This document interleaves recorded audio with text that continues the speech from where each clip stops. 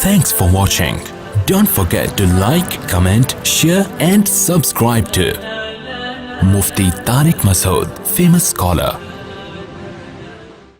اے موسیٰ اس لاٹھی کو زمین پہ ڈال دے. جیسے ہی حضرت موسیٰ نے لاٹھی زمین پہ ڈالی ہے فَإِذَا هِيَ حَيَّةٌ تَسْعَىٰ, تیز رفتار سانپ بن کے دوڑنے لگی. قرآن کہتا ہے موسیٰ علیہ السلام خوفزدہ ہو کے الٹی سمت میں دوڑے. وَلَمْ يُعَقِّبْ, اور پیچھے مڑ کے بولو نا بھائی نہیں دیکھا. اگر حضرت موسیٰ خود لاٹھی کو سانپ بنا رہے ہوتے تو اسے دیکھ کے اتنے خوفزدہ ہو جاتے؟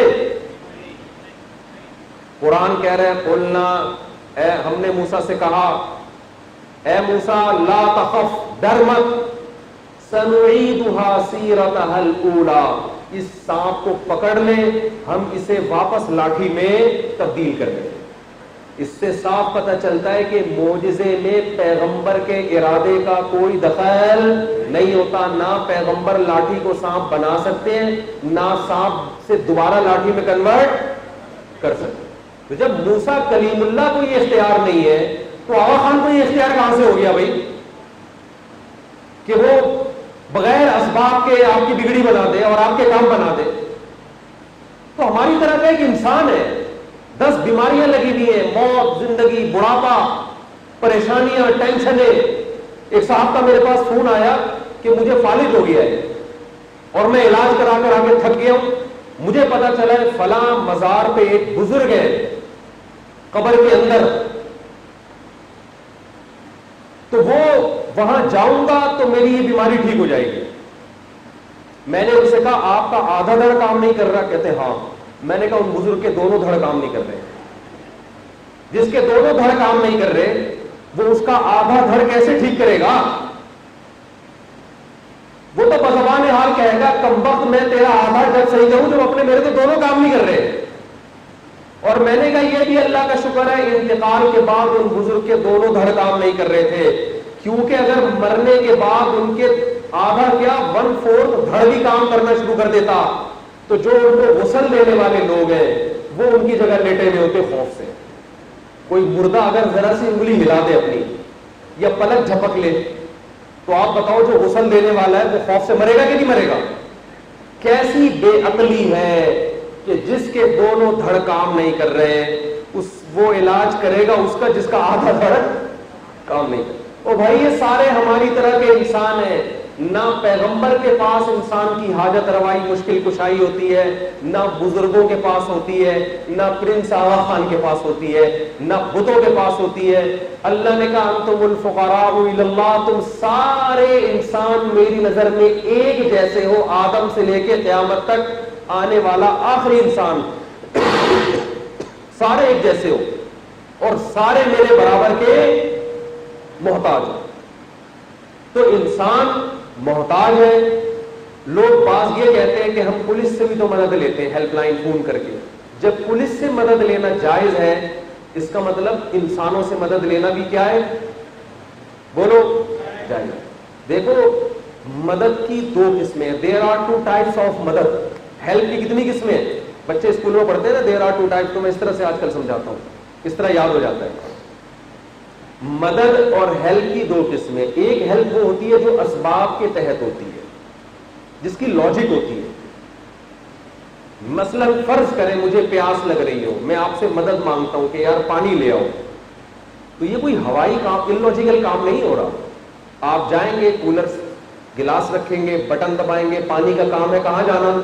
نیچے کی طرف. گریوٹی کی وجہ سے نیچے جائے گا, نیچے گلاس ہے تو گلاس اس کو دائیں بائیں بہنے سے روک دے گا, پھر آپ دونوں ٹانگوں پہ چل کے آئیں گے, مجھے پکڑائیں گے. یہ جو مدد ہو رہی ہے یہ لاجک ہے اس کی کوئی. یہ مدد ڈاکٹر بھی کرتا ہے, پولیس بھی کرتی ہے. ایک مدد وہ ہوتی ہے جو اسباب سے ہٹ کر. لاٹھی کو سانپ بنانے کی کوئی لاجک ہے؟ کوئی سائنٹیفک لاجک؟ کوئی سائنسدان کہتا ہے لاٹھی سے سانپ بن سکتا ہے؟ آپ کہہ سکتے ہیں جادوگروں نے تو بنا دیا تھا. بھائی موسیٰ علیہ السلام کا ہزاروں جادوگروں سے مقابلہ ہوا تھا نا, تو جادوگروں نے رسیاں پھینکی, قرآن کہتا ہے وہ کیا بن گئی؟ سانپ. تو اس سے تو پتا چل رہا ہے کہ جادوگر بھی ایسے کام کر لیتا ہے جن کی کوئی لاجک نہیں ہوتی. تو آپ اگر قرآن کی آیتوں میں غور کریں گے تو قرآن میں ہی اس کا جواب موجود ہے. قرآن کہہ رہا ہے جب جادوگروں نے موسیٰ کے مقابلے میں لاٹھیوں کو پھینکا ہے تو قرآن میں یہ نہیں ہے کہ وہ سانپ بن گئی.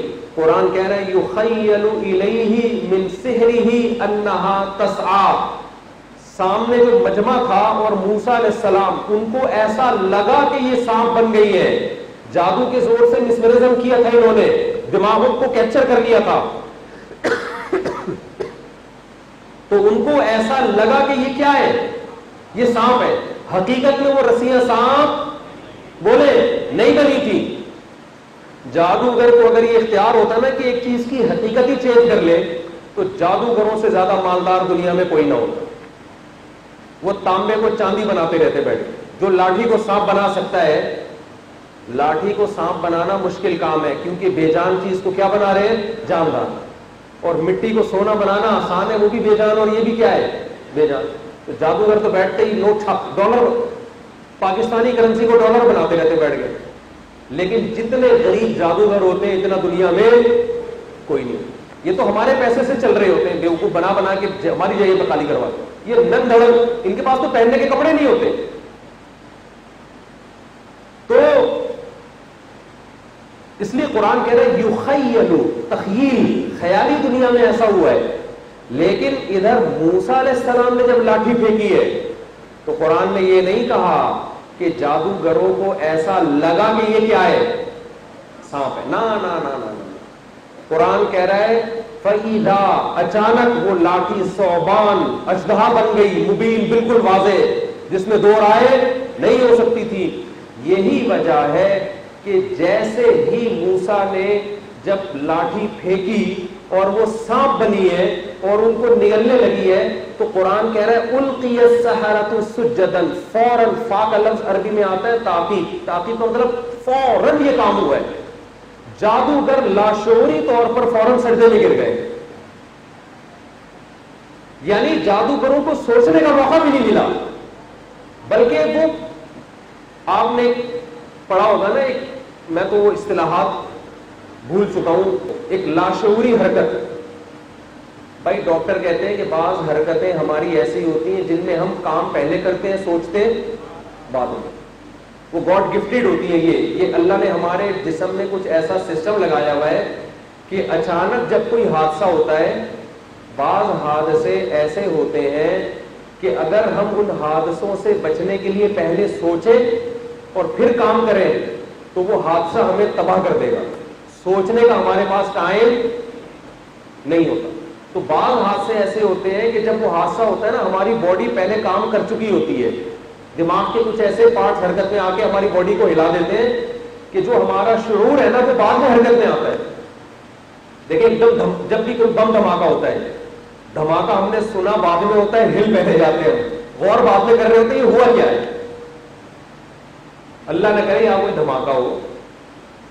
اگر کوئی دھماکہ ہوتا ہے تو ہم سوچ کے ہلتے ہیں یا ہل کے سوچتے ہیں, بولے نا, پہلے ہلتے ہیں پھر ہم سوچتے ہیں یہ ہوا کیا ہے ہمارے ساتھ. وجہ اس کی کہ دھماکہ اتنی خطرناک چیز ہے کہ قدرت اگر ہمیں پہلے ہی کہتی پہلے سوچو یہ ہوا کیا ہے پھر ہلو, تو دھماکہ تباہ کر چکا ہوتا ہے اس وقت. تو قرآن کہہ رہا ہے جادوگروں کے بارے میں کہ یہ جو سجدے میں گئے تو ایسا لگ رہا تھا کہ سوچے بغیر گئے ہیں, سوچا بعد میں انہوں نے کہ ہم کیا کر رہے ہیں. کیوں؟ قرآن نے یہ اس لیے بیان کیا کہ جادوگروں نے یہ دیکھا کہ یہ لاٹھی حقیقت میں سانپ بن گئی ہے اور یہ ممکن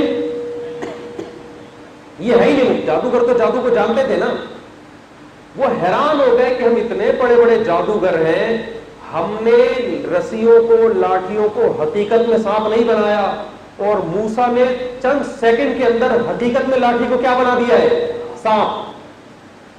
تو وہ سوچے سمجھے بغیر سجدے میں چلے گئے اور کہنے لگے آمنا برب ہارون و موسیٰ, ہم موسیٰ اور ہارون کے رب پر ایمان لے آئے. کیونکہ ان کو یقین ہو گیا کہ یہ انسان کا کام, یہ موسیٰ کا کام نہیں ہو سکتا.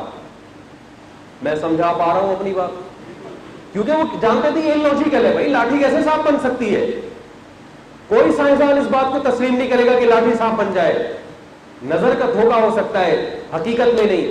اس سے ہمیں اصول پتہ چلا کہ انسان کے بس میں کوئی ایسا کام نہیں ہے جس کی کوئی لاجک بولو نہیں۔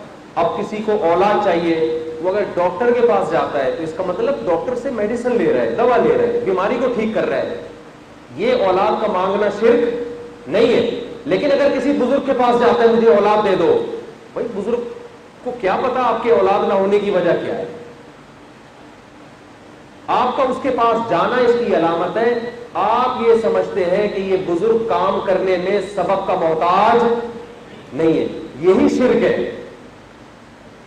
اس کو کیا کہتے ہیں؟ یہ شرک کہلاتا ہے۔ لوگ یہ کہتے ہیں جو مشرک ہیں، وہ یہ کہتے ہیں کہ اللہ تعالیٰ بعض دفعہ بزرگوں سے، ولی اللہ سے خوش ہو کے کچھ اختیارات ان کو بھی دے دیتا ہے۔ بھائی اللہ کو اختیار ہے نا اولاد دینے کا، بگڑی بنانے کا، تو فلاں بزرگ سے خوش ہوا، اللہ نے ان کو کیا دے دیا کہ چل بھائی اولاد تو بھی دے سکتا ہے۔